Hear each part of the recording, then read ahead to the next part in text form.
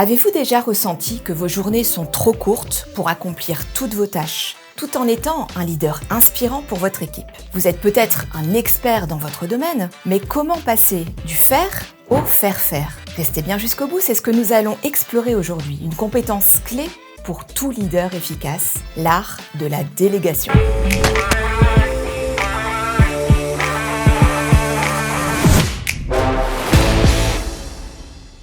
Bienvenue dans votre école dédiée au management, ManageUp.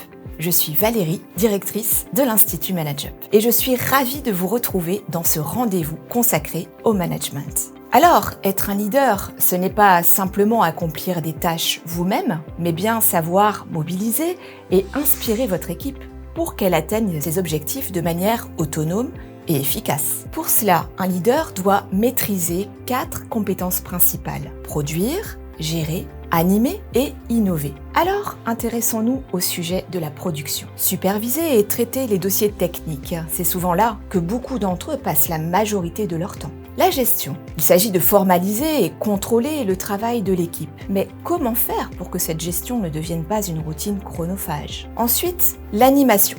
C'est ici que le leadership prend tout son sens. Motiver, former et développer l'autonomie de vos collaborateurs sont des éléments essentiels. C'est aussi là que vous devez donner du feedback constructif et accompagner le changement. Enfin, l'innovation.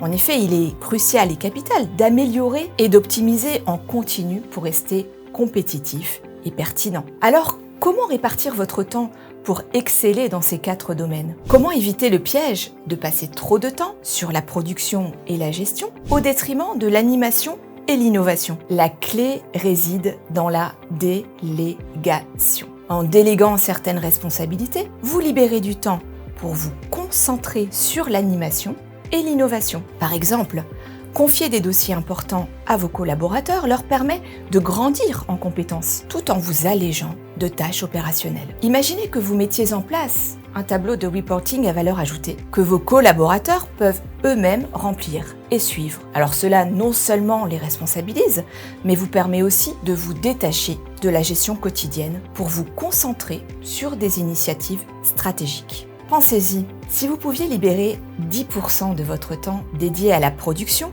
pour l'investir dans l'animation de votre équipe, quels résultats cela pourrait-il générer? Prenons un exemple. Voici ce fameux manager qui a su maîtriser cet art de l'équilibre. En 3 ans, il a réussi à ramener son temps de travail à 35 heures par semaine, tout en obtenant des résultats remarquables. Comment?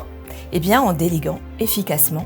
Il a permis à son équipe de croître en compétences et en autonomie, tout en se concentrant sur ce qui comptait vraiment, l'innovation et le développement stratégique. Vous l'aurez donc compris, la délégation est bien plus qu'un simple transfert de tâches. C'est une véritable stratégie de leadership qui vous permet de libérer votre potentiel et celui de votre équipe.